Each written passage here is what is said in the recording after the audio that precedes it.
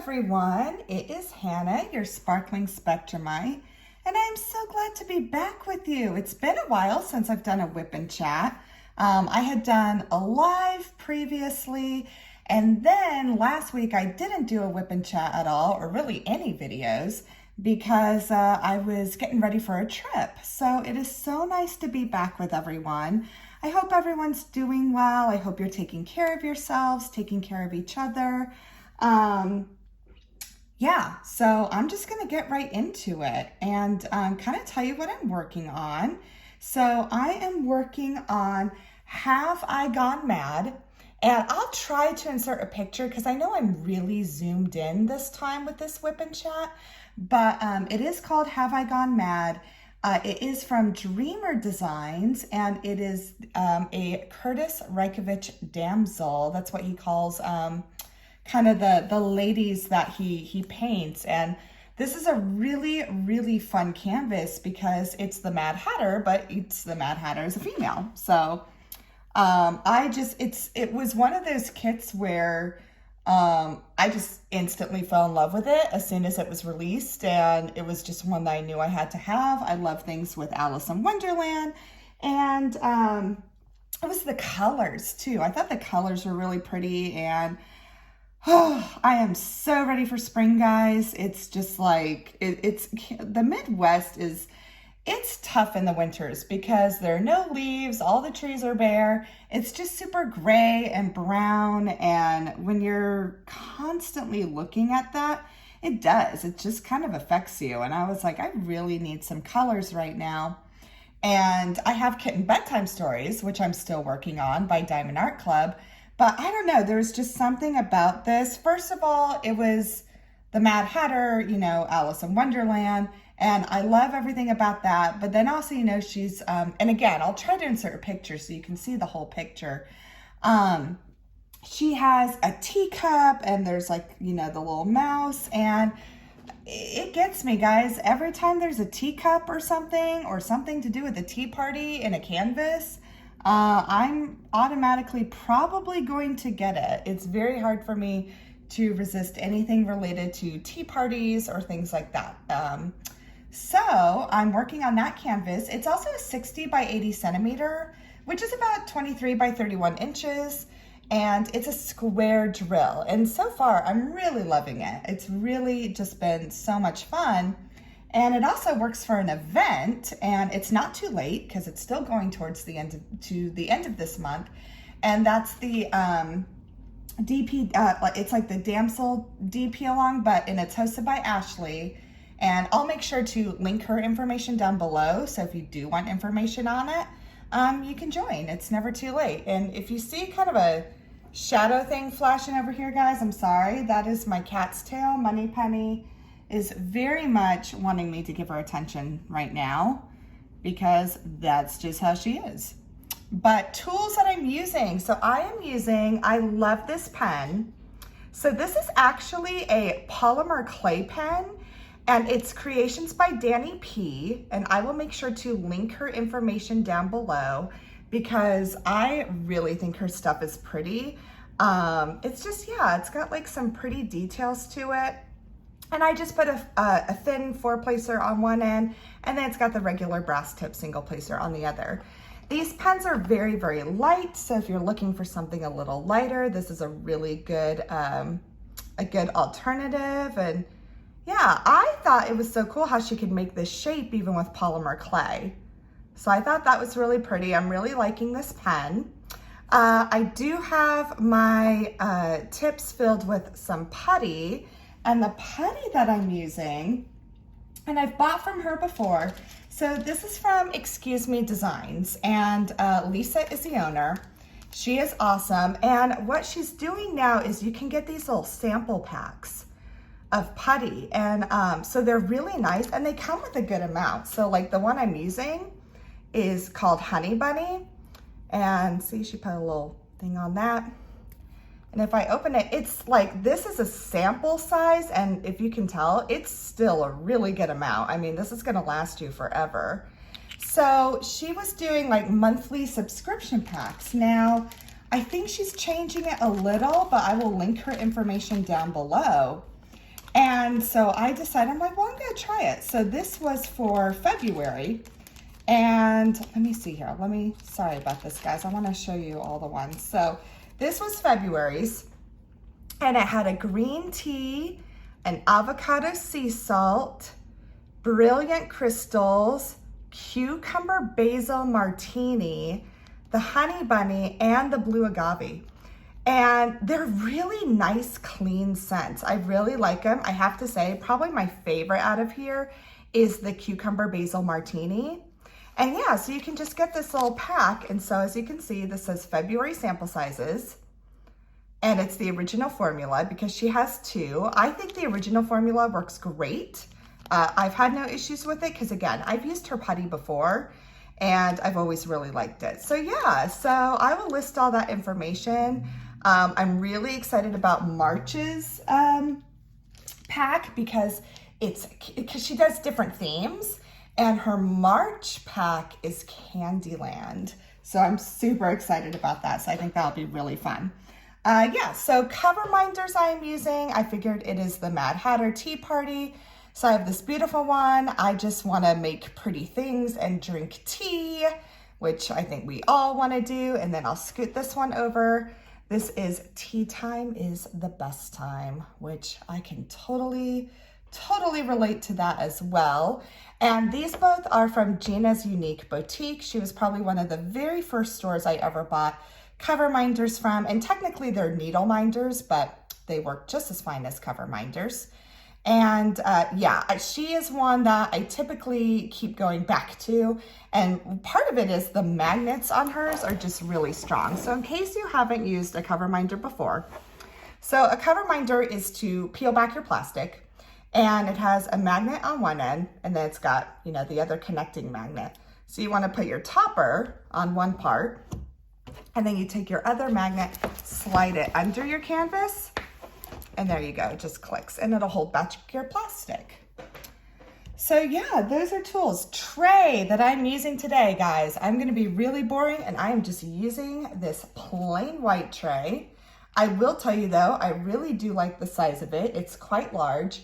And I got this tray recently because how it came with my new system that I'm kitting up with. So typically I have lately been kitting up with I call them the Elizabeth Ward knockoffs. They're the ones that I get from Joann's, and they're called Hildy and Joe, and they're just like the Elizabeth Wards. But I figured since this canvas actually has 69 colors, and also guys, I will say this has 69 colors and it has 5 ABs in it. So I was really impressed with that. Dreamer Designs doesn't spare any colors. Like you're gonna get plenty in a Dreamer Design canvas. So it's pretty awesome. And what I'm kitting up in, and I'll try to insert another picture because again, I'm so zoomed in, but I decided because it was such a large, more colors, and again, I know I'm really zoomed in, so I'll insert a picture. But this is the case from Art Dot, and Art Dot makes a case. They make quite a few sizes, but this one that I just showed you is the 120 bottle case. So it holds 120 little screw top bottles, and they're just the regular screw top bottles like this, but they hold a lot. And I love it so far. And I think the Art Dot cases are gonna be, they're great. I really like them. I know the Crafty Diamond just did a video on the 420 bottle case. So I will try and link that down below too. And yeah, they're great cases. I know for those of you who might be new, Anthony with Single and Placing, Sophie with the Diamond Help Desk, and I are going to be hosting a cross stitch conversion event later this year, near the end of the year. And that's one of the things that I think would be perfect is these Art Dot cases. They really just do a great job holding, colors for your bigger canvases. So that is something kind of I'm working on, is maybe hopefully getting an Art Dot case and like using it as a giveaway or something. So we'll see. I am an affiliate for Art.2, so if you ever want a discount, feel free to use my code. It is SPARK, SPARK.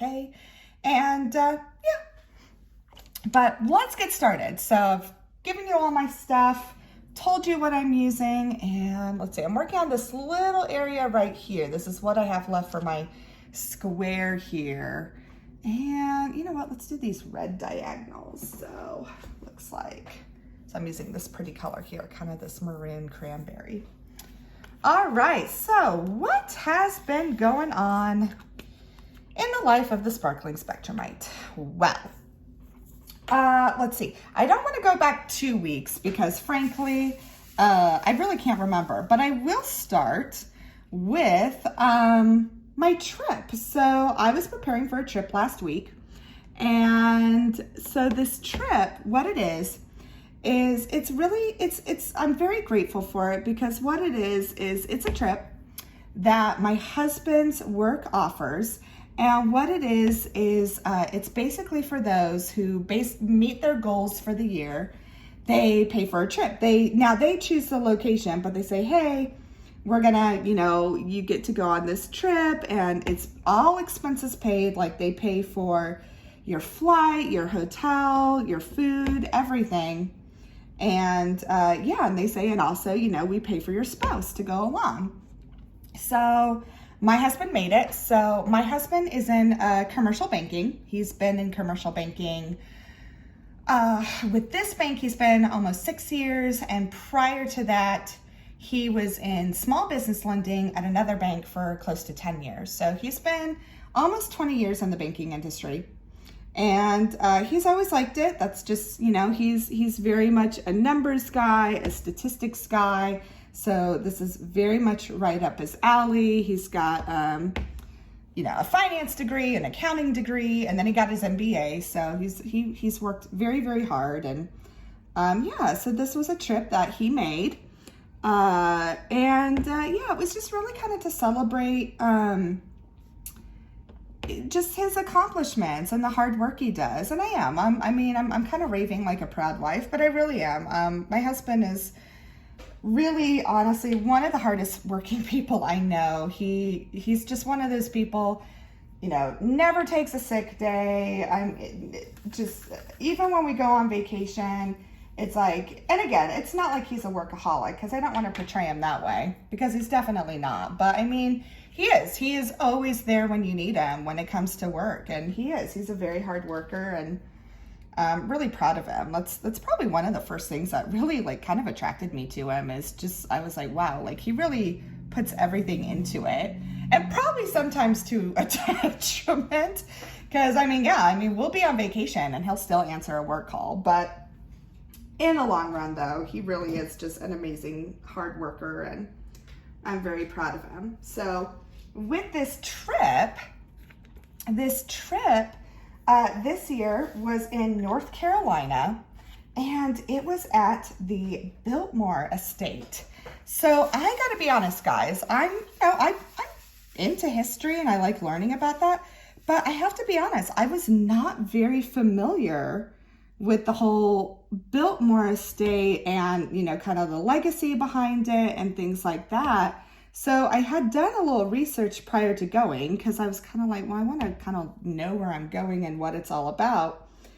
And so the Biltmore estate, it really is like this huge, it's massive. I don't even know if you can call it a mansion because I think it goes so much far beyond that. It's this huge estate.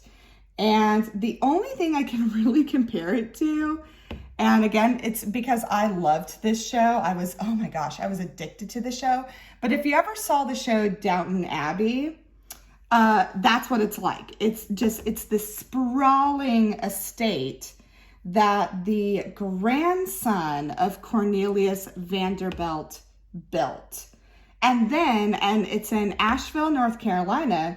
And it's kind of like Downton Abbey where this guy builds this huge, huge estate. And then a little town kind of erects itself around it. And that's what happened with the Biltmore estate. So it was George Vanderbilt. And he was the son of Cornelius Vanderbilt. Cornelius was the one who really made the fortune. He was a railroad tycoon. And it was his grandson who basically inherited money from grandpa, right? And decided, I'm going to build this huge house in North Carolina. And that's what he did. And it's amazing. So it was kind of cool. So when we got there Friday evening, and it's just a weekend trip. It's not like a long trip. And like, I would have loved to make some videos beforehand, but I don't know about you, but if I'm getting ready for a trip, it takes me like all week because there's certain things I have to do. I have to make sure that, I don't know. I'm always like, I want the house tidy. I want the laundry done. So that way, when I do get home, there's not a whole lot to do. I can just kind of chill. My house is already clean. So that's kind of how I am when preparing for a trip. Let me know if you guys are the same, because that's definitely how I am. So getting ready for a weekend trip, for me at least, kind of pretty much takes all week.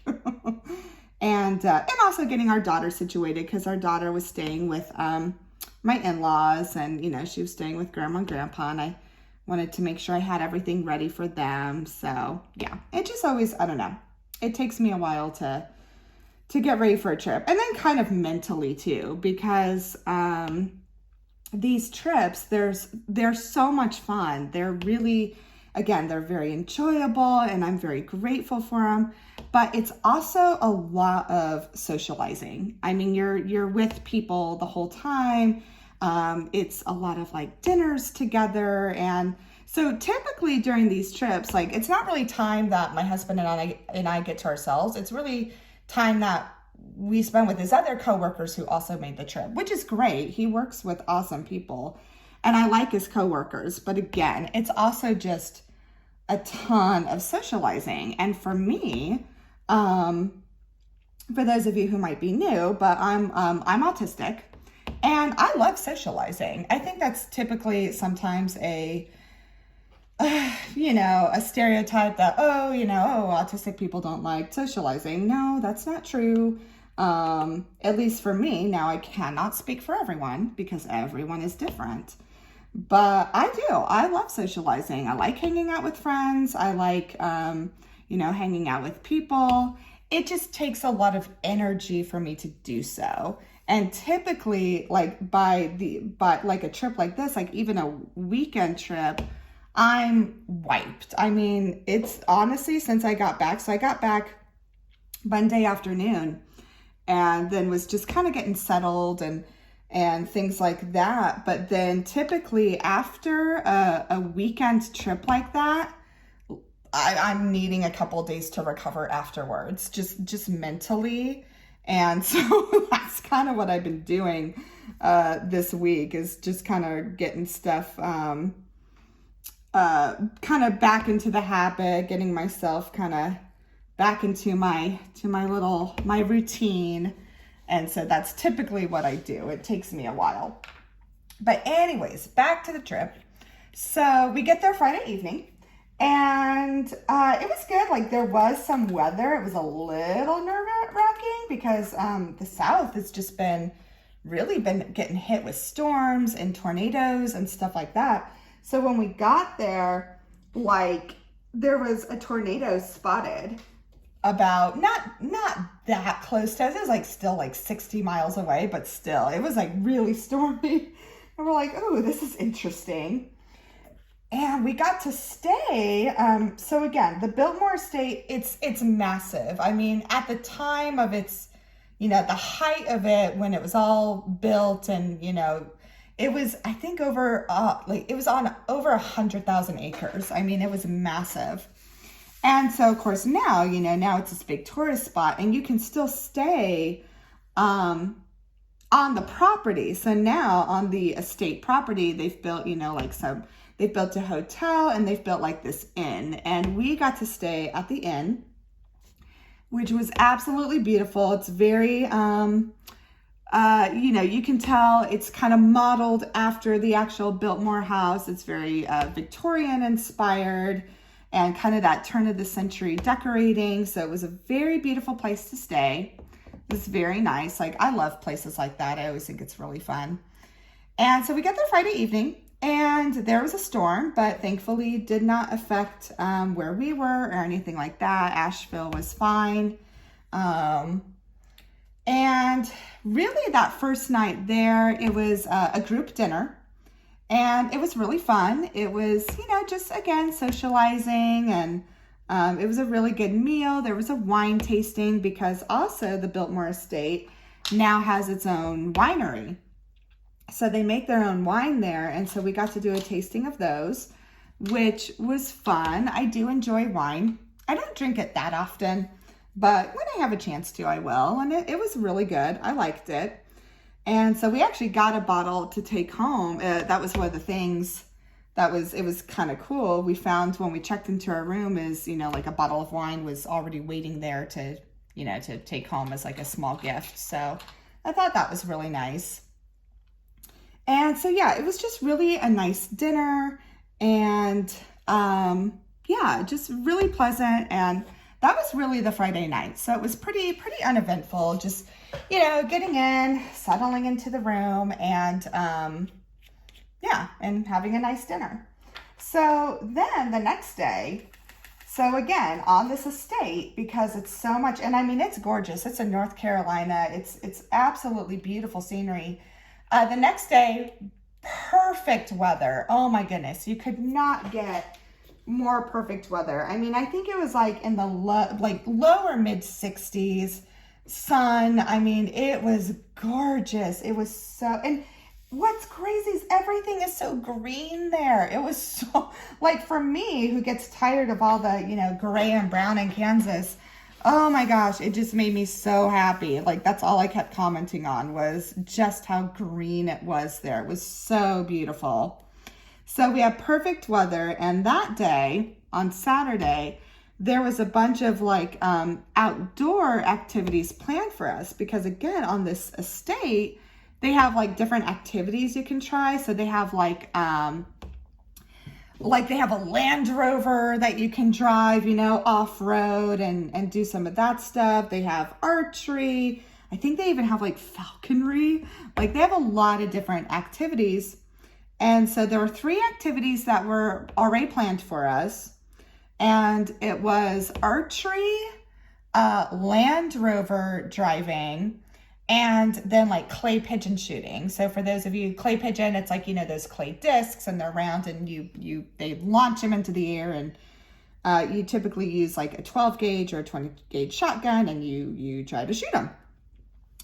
And so we did those 3 things. So the first activity that my husband and I did was the Land Rover. So at first, you know, when I'd heard about this activity, I was like, oh, they're going to drive us and we get to take a tour of the property. Okay. Because I was thinking, like, Land Rovers, those things they're not cheap cars. So I figured there's no way they're going to let us drive them. But no. So that's the whole thing, is you get to drive them. So it was pretty cool, guys. So I did get to go off-roading in a car that was probably, I mean, it was one of those Land Rovers that have like all these different functions. Like, it's got like a rock climbing function. And this car, I mean, they told us these cars are probably close to $100,000. Like, they're insanely expensive. And so I got to drive one, and I got to go off-roading on one. I was really impressed because, so you do have like a guide that goes with you that kind of tells you like how to drive it and the different gears and settings. Cause again, it's not like your typical car. So he was kind of guiding me. So my husband had driven first, and he did great. And then I was like, well, okay, I'll try. Cause at first I wasn't planning to, but then I was like, well, I kind of want to try. I don't know when I'll ever be able to drive a car like this again. So I figured I would. And I did actually pretty good. The only thing my instructor said is that I was definitely going slow. But you can't blame me, because I'm like, I'm driving this really expensive car that I will never have in my lifetime.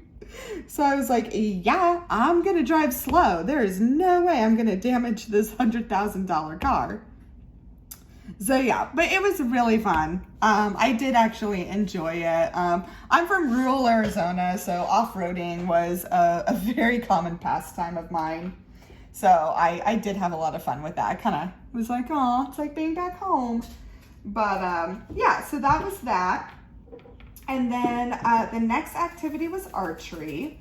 So they gave us, you know, so they taught us, and there's always safety rules. And that's what I was really impressed with too. Like all the guides to these activities were just super nice, really understanding, like didn't make you feel uncomfortable or anything like that. They were really nice. Like that was the one thing I noticed there at the Biltmore. Like everywhere you went, if you went into a store or a restaurant or something like that, all the employees just seemed legitimately happy to be there. And, you know, who knows? They could totally be faking it. I don't know. But I don't know. I was just really impressed. I really thought they looked like they really enjoyed, you know, doing what they did and working. And, yeah, and it was good. So, yeah, they had fun. So, yeah, so we did the, you know what, I'm trying to think. Did I put a run? No, that's a set. Wait, did I? Oh, dear. Oh, I knew it. Guys, I put on the wrong color again. So oh yeah, I did. Let me pick these off. I did. I totally used the wrong color. Oh my goodness. Guys, that is the second time I've done this on this canvas. And I gotta be honest, these symbols have been, you know what it is? It's not the symbols on the canvas, it's the symbols on the labels. So this was a number 7 here. And sure enough, I wasn't thinking, and I picked up this because I thought it was a 7. But it's really a 2 because it's kind of cut off there on the labels. Oh my goodness. So here's what I'm going to do. I'm just going to do the number 2 right now still, and then I'll pick off the 7 later because I just want to keep going. I don't want to spend time on this WIP and Chat picking off drills. So, but yeah, thankfully I didn't put too many on. Oh, you know what though? Did I do this one too? Oh gosh, guys. Yep, I'm really going to be having to do some damage control. But that's okay. It just is what it is. I'm going to do the 2s and then I'll pick off the 7s. So it just happens. What do? You just pick it off and you keep going. But yeah, so we did that. So then with archery, we used a compound bow.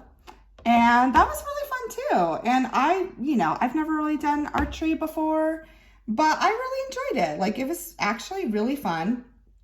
And I actually hit the bullseye on the target a couple of times. So it actually wasn't terrible, which was pretty cool.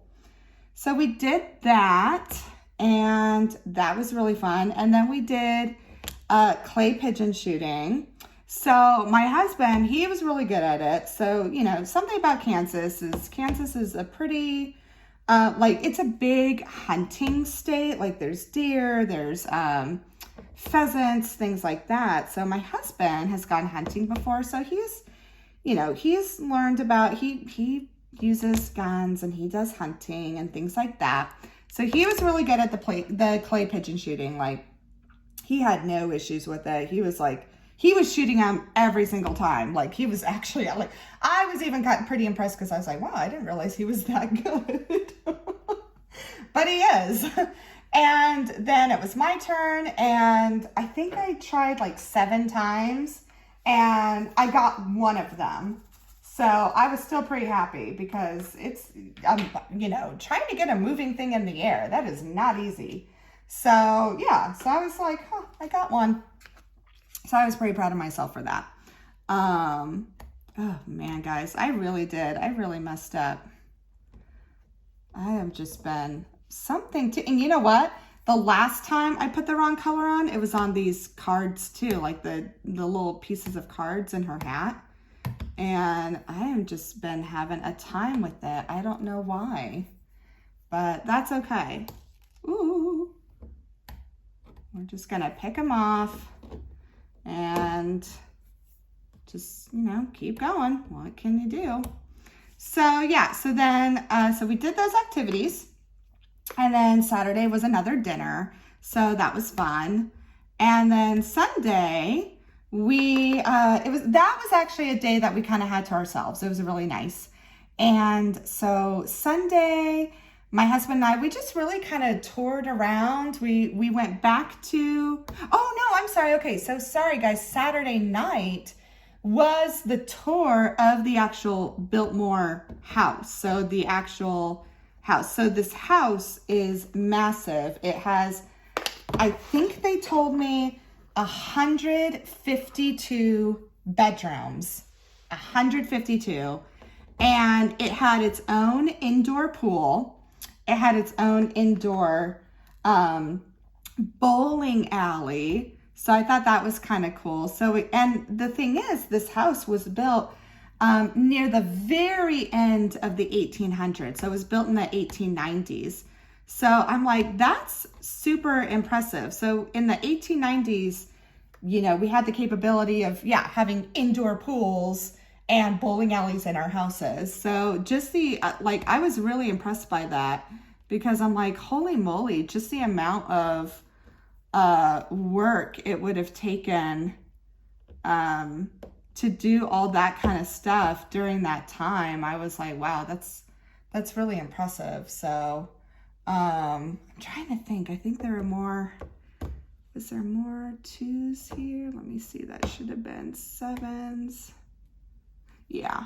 Oh man. Yeah, guys, I really messed up. So I don't know. This might not look quite like it should, because I can't remember where all the 7s that I put 2s on, but that's okay. We'll make it work. It's okay. If you make a mistake, right, we just, well, you know, like Bob Ross says, they're happy little accidents. Maybe it'll look better with the new colors I put on. Oh, goodness. So yeah, so that was really cool to actually see the inside of the house. And what I thought was really cool, so I guess George Vanderbilt, he was like a huge art guy. Like he really loved art and was a collector.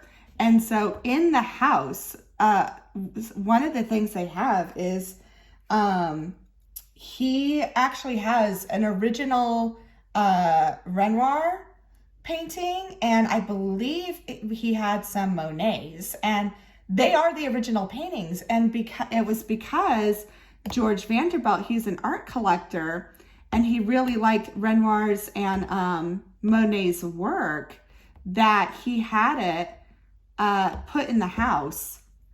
And yeah, was just a huge collector, and he really liked them before they both became popular. So that's why he was able to get some of their original paintings. So I thought that was really cool, because again, the only time I've seen those paintings, because Monet is like probably in my top 3 of favorite artists. So like to see one of his paintings just like in a house, I just thought that was pretty cool, because I've only seen his paintings in museums, and I've seen his paintings at some big museums. I've seen his paintings at the Met in New York City, and I've also seen his paintings at the National Gallery in Washington, D.C., and then there's actually a couple of his paintings in Kansas City. So yeah, so I thought that was actually pretty cool. That was neat to just see. I'm like, wow, here's this famous painter's work, and it's just in this house because this guy, you know, appreciated art and knew, oh shoot, that was a 2. Okay. And, you know, kind of knew, could appreciate it and knew that it was probably going to be, you know, really beautiful. So I thought that was really cool. Yeah, so very cool. And so then Sunday we had the day to ourselves, and we went back to the house, but we didn't, you know, take another tour, because we had taken a private tour before, which was really cool. But also at the house, there's like this surrounding area where they have like, you know, fun restaurants and some cool shops. So I was bad because, you know, I wasn't there for shopping, but there had been this shop that caught my eye, and it's just like, it's one of those all year Christmas stores. And I'm bad. I'm a sucker for all year Christmas stores. I love going into them. Like, I never get tired of them. So there was this all year Christmas store. I was like, ooh, I kind of want to see what's in there. And I did. And sure enough, they actually had these beautiful ornaments of like Mary and the Holy Family. And I collect that. Like, so I actually collect Mary ornaments and Holy Family ornaments. So of course I was like, well, I might need to get a couple of those. So I did. And it was really fun. So I've got some new Christmas ornaments for next year. Couldn't resist. But yeah, that was really cool. And then what was actually neat is we had tickets. So because Sunday was our own, we could, you know, I was like, well, do you want to do more outdoor activities? And my husband was like, no, not really. Well, we had found out. So I had never been to one before. But nowadays, like they're kind of these new things. There's these exhibitions and they travel. And it's one of those like immersive experiences, and it focuses like on a certain artist. So like they have the immersive Van Gogh. I know they have an immersive Monet. They have an immersive Frida Kahlo. And it's kind of cool. And what it is like, obviously it's not the original paintings, but they like, it's like a projection show where they project like these, like across these huge walls and onto the floor and onto the ceiling, these pieces of art. And I just think what's really cool about it is that I think these are 7 too. So you're kind of getting like this really neat, immersive experience into this artwork. So I actually thought that was really cool. And sure enough, it was opening weekend of a new one of these immersive experiences that was focused all on art of Renaissance art. So, and it was, what I thought was kind of cool is that it was like the world's premiere. So this exhibition has not been anywhere else before. And sure enough, it was opening at the Biltmore. So I thought that was really cool. And my husband and I were like, well, yeah, let's do it. Let's try it out. And so we did, we got tickets to it. And so, yeah, it's just this really cool experience where, again, it's not the original paintings, obviously, because, you know, this is Renaissance art. And a lot of the art is, you know, at the Vatican or mostly in Europe and things like that. But it was still really cool to see like all of them like projected. And then it's almost like a movie, but it's not. It's like, think of like an IMAX with these huge paintings projected, but then it's walking you through like all the styles of the Renaissance and the different artists. So obviously they had a lot of Da Vinci, they had Michelangelo, they had Raphael, they had, oh gosh, they had a few others. I'm thinking of the Birth of Venus because I've seen people do that for Summer of the Masters, but I'm blinking on the artist. But yeah, so it was actually really cool. And then guys, this is just, again, how obsessed with diamond painting I am.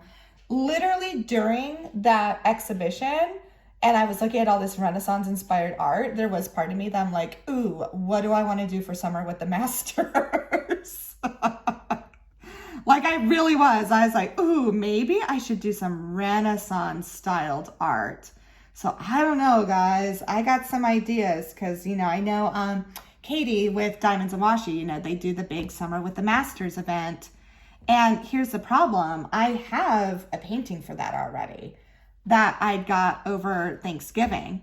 But now I'm like, ooh, maybe I want to do something like like, you know, Da Vinci or Michelangelo or something like that. So I don't know, guys. You may like, let me know in the comments what you think, if I should do it or not. Because after seeing that Renaissance exhibition, I was like, ooh, I might need to do that. Because It was cool. It was a really cool show. And then everything is like it's programmed to music too. So like it's this gorgeous soundtrack. It's all Italian music that's programmed in. And what cracked me up though is like, you know, my husband, he's not really into that, but he was really sweet. He was doing it for me. And he was kind of like, what song is this? What song is this? And I knew everyone because my grandmother really exposed me to that kind of stuff when I was younger. She had been to Florence, she'd been to Tuscany, all those places where, you know, this art was created. So my grandmother always loved Italian music and Pavarotti and Italian classical or opera. And so she always played that music. So like each song that kept popping on during this exhibition, I'm like, oh yeah, heard that one. I know that one. I know. So it was pretty cool, actually. I really enjoyed it. The music was beautiful. Just seeing the history. And then what's kind of cool is when they're projecting these paintings, like some of them they make actually move, like the figures in the paintings will move and everything. So it really is. It's a pretty cool interactive experience. And, you know, because some people are like, well, it's not the original painting, so what are you really seeing? And it's like, well, no, it's not. But what I liked about it too is that they're so big, and what I like is because they're so big, you can see a lot more details. And that's the thing, like, granted, I would love to see the actual originals, you know, like, for example, the Sistine Chapel ceiling, right, by Michelangelo. They were projecting that and they were making it so close up so you could really see like all these little details. And that's the thing, like when you see the original, you don't really get a chance to see all that because first of all, you're looking up at a ceiling, and you know there's so much going on, and there's tourists, and you know it's a huge tourist destination, so you don't really get to catch all that kind of stuff. And yay, I fixed it. This is all better now. So that was something I did kind of think was cool with these immersive experiences, is that you do get to see a lot more detail, because some of the things that, you know, on the original painting, again, of course I'd love to see the original painting, but you don't get a chance to see all those details because, you know, especially with really, really popular things like that, you're kind of rushed to see it because, again, there's so many tourists or it's so popular. Like I remember even when I was in Washington, D.C., so Washington, D.C. has, it's the only one in the country, and I never knew that. Washington, D.C. at the National Gallery has a painting by Da Vinci. It's the only Da Vinci in the United States. And I got to see it, but I mean, I only got to see it for maybe, 10 seconds, because then you had like this huge tour group coming in to see it. So that was always kind of tough because there's so many people that, of course, yeah, they all want to see the Da Vinci. So you don't really get to kind of just sit and watch or look. You kind of just gotta take a glance and then, keep moving because 100 people are behind you who are also wanting to see it. So that's what I thought was cool about that experience. So yeah, so we did that, and then sure enough, there was another dinner. This dinner, it was super fun. It was in downtown Asheville. So we left the estate property, and it was really neat. It was this really cool bookstore, but in the bookstore, they served, wine, they served cocktails. So I thought that was really cool. I'm like, ooh, they need to like have more of these bookstores. Like bookstores with cocktails should be a thing. But yeah, it was really fun. Now I will say though, probably by then I was I was pretty, I don't want to say I was talked out. I will say that. Like by then, this was the third night of, socializing. And again, I love socializing. It just takes a lot of energy. So kind of by the third night, I was pretty talked out. I was so I didn't, it wasn't bad. I kind of teared up a little just because, and again, everything, it's very loud and, the drinks are flowing. Believe me, there are definitely some people who probably had one too many. It was hilarious, but still. And so kind of by then, yeah, I was kind of like, okay, I'm done. And thankfully, I have a really supportive husband who understands that. And he's like, well, let's just go find a quiet couch and we can sit. And so he did. So that really helped a lot because it was just by the third night, I was pretty tired. And the thing is, actually, my husband, he gets tired of that too. So he was even like, yeah, let's just go find a quiet place. We're all right. So we did that.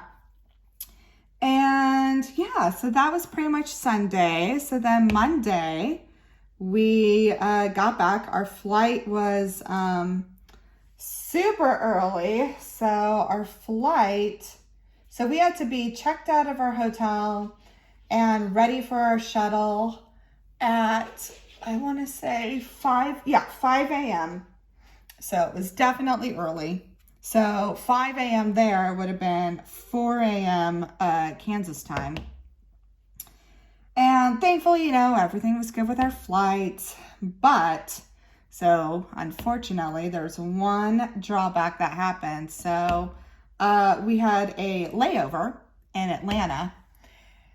And sure enough, we were walking through, to get to our gate, and I didn't notice because, I wasn't even thinking, and I'm so used to it. But after we got back to Wichita, I noticed my watch was gone. So I wear an Apple Watch. I wear it every day. Like, it's one of those things that it's almost like I kind of depend on it because I'm one of those people, I do not like pulling out my phone to look at the time or anything like that. I log like my exercise into it. So I do. I'm a pretty adamant Apple Watch user, and it wasn't on my wrist. And I was like, oh my gosh, oh, and I was trying not to panic because I was like, oh, like my watch was here and now it's gone. So sure enough, I have my watch paired to my phone. So, you can put find my devices if you have an Apple phone. And sure enough, my watch was still in Atlanta. So, yep, fell right off my wrist. Because that's why I was trying to think. I'm like, okay, did I take it off? And no, I hadn't taken it off. I wasn't, I hadn't used the restroom. So it was it didn't fall off by the sink or anything like that. And yeah, the band just somehow came undone, fell right off my wrist. So immediately, I put the watch into lost mode because you can do that. So basically no one else can use it, right? And so I did that. And, I filed a claim with the airport. I was like, lost and found report. And I was like, yeah, it's got this band. It's a wristband. It's a pink wristband. It's got a gold M on it. Trying to give them as much details as possible. And, basically with the Atlanta airport, they'll keep the report open for 2 weeks. But then if it's not found or turned in 2 weeks, they're pretty much yeah, it's probably gone. Well, so I was hoping for the best. I'm like, maybe a good citizen, picked it up and turned it in. Didn't happen because sure enough, yesterday, I get an email so when you put it into lost mode, it'll email you when it's found because there's a certain message on the watch that people can look at and it tells you the number to call. And then hopefully, you'll call the owner and you can get it back to them. Well, I got an email saying that my watch was then in Alabama. So it was not at the Atlanta airport anymore. It was in Alabama. Whew, sorry, I thought I was good. Sorry, bless me, guys. Okay, so it was in Alabama. And then what was really interesting, and I had asked my provider, because I get my watch through T-Mobile, which is our cell phone provider. someone had like tried to overwrite it and basically changed the number on it and things like that. So yeah, basically it was someone snagged it and was trying to make it their own. So I was just like, ooh, I don't know, guys. People who steal really bug me. I don't know why. Like, granted, all crimes are bad, but stealing really gets to me. So yeah. So sure enough, yesterday I was on the phone with T-Mobile, and thank goodness, like, they were able to cancel service. And then not only that, they were able to put it where if someone takes my watch anywhere else to get cell phone service, whether it's Verizon or any of those other places, they won't be able to. So part of me was like, ha, like, that shows you for stealing my watch. But anyways, yeah, so unfortunately that did happen. Thankfully though, there was no personal information on it or anything like that. So, you know, it'll be fine. It's just now having to replace a watch, which is kind of a bummer, you know, because they're not exactly the least expensive things. They can be kind of pricey. But yeah, so that happened. But again, thankfully, no private information was on it. I was able to get everything cleared and erased and reset, and, you know, just all those words that basically let you know that, okay, you know, no one's going to get any private information from you if they found this watch or anything like that. So yeah, it happens, unfortunately. And thankfully though, I guess I feel, I wasn't too upset. I think I would have been more upset if, like, I was the one who'd left it by the sink, or I took it off and left it somewhere, but I didn't. It really was just, it literally fell off my wrist while I was walking. And I guess maybe I should have noticed, but I don't know. Like, sometimes, guys, like, if you're in a hurry or you're walking somewhere, you got to get somewhere, you just really don't notice those things. And I didn't, unfortunately. So yeah, so that was kind of the bummer to the trip, was losing my watch. But, you know, thankfully, those things can be replaced, and it just is what it is. But yeah, so that was pretty much the weekend at the Biltmore, and I really enjoyed it. It was really fun. Definitely learned a lot. It was a neat experience. The scenery was absolutely beautiful. I really loved it. We couldn't have had more perfect weather. So it was a really nice break from kind of the cold and rain that's happening in Kansas right now.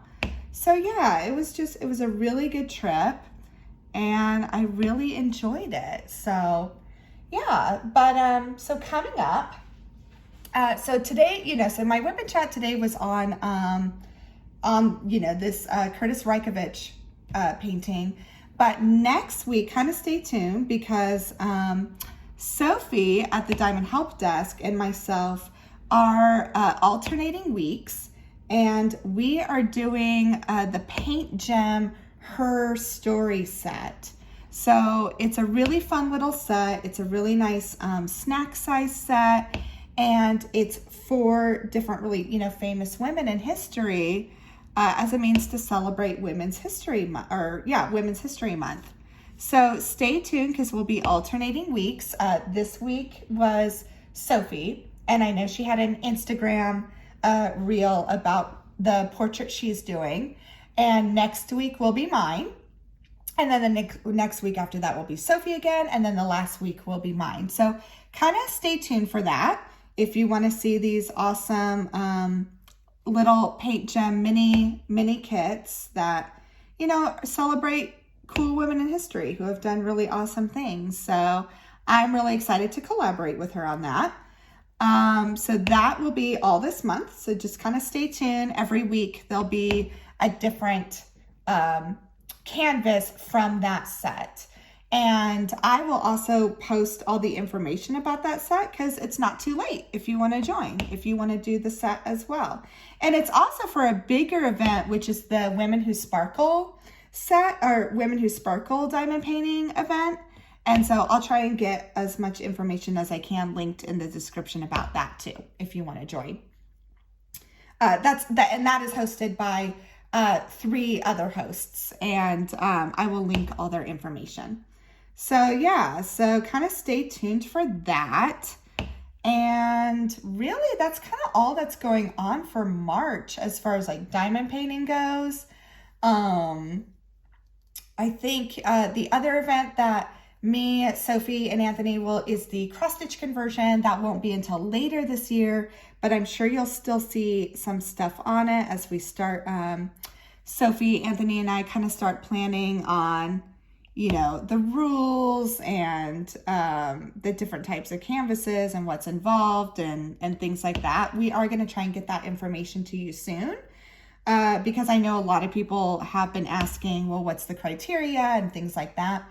So we'll make sure we get that for you very, very soon. And yeah, so that's kind of what's looking like for events, things like that. I'm going to be continuing this as well. I also have a canvas for Mermaids and Magic that's hosted by Crafting with Shay, and You Can Call Me Butter, which is Shay and Randy. So I had started it and then I kind of put it aside for this one, but I do want to get it back out and, you know, work on it some more. And with events, like I love to participate in them and bring attention to them. But with events, I do it to like support the creators who are doing them. I don't really do it to like, you know, win the prizes or anything like that. I just like have fun just supporting the creators who are doing it and supporting the event. So that's why I kind of switch around events because yeah, I like to try and do them all. And you know, I kind of will work on this event for one week and then this event on the other week and just kind of switch around with that. But it works for me, and you know, it's fun, and it still brings attention to all these awesome creators and the events that they do. So always fun to do that. So let me see here. I'm trying to think how long I've been going for. I think I've been going on a long time. See, my arm is like covering right the time on my camera. So I think this is actually probably a good time to start. You got to see me mess up and fix it, but thankfully that is fixed now. And yeah, I hope everyone is doing well. Please let me know how you guys are doing. I love to know how you guys are doing because, again, I always appreciate your support, your encouragement, and I want to be sure I'm doing the same for you. So please let me know how you're doing. Let me know what you're working on too. I would love to know, or if you're doing any events. I know March is kind of chock full of events right now. I know we've got the Emerald Along hosted by Lindsay. We've got the Mermaids and Magic hosted by Shay and Randy. We've got the Women Who Sparkle. We've got the DP Damsel Along. Like, and then I think there's a Lavelle-a-thon. So like the Art of Christopher Lavelle, I think too. So there's like tons of events going on in March. So I would love to know what you're working on and, you know, what canvas you're doing and things like that. So definitely let me know. Yeah, I really hope this video is bringing you some joy. It always brings joy to me making them. It was, feels really good to do a WIP and Chat again. I know it had been, you know, a couple of weeks, so very happy to get back into the swing of things. I know in the future though, I might maybe once a month, instead of a WIP and Chat, do a live instead, like just substitute one WIP and Chat for a live. So that's something I'm kind of toying with. I might put out a poll on my community post to see what people would think about that. And yeah, I think that is really it, guys. So take care of yourselves, take care of each other, and I will see you in the next video. Bye.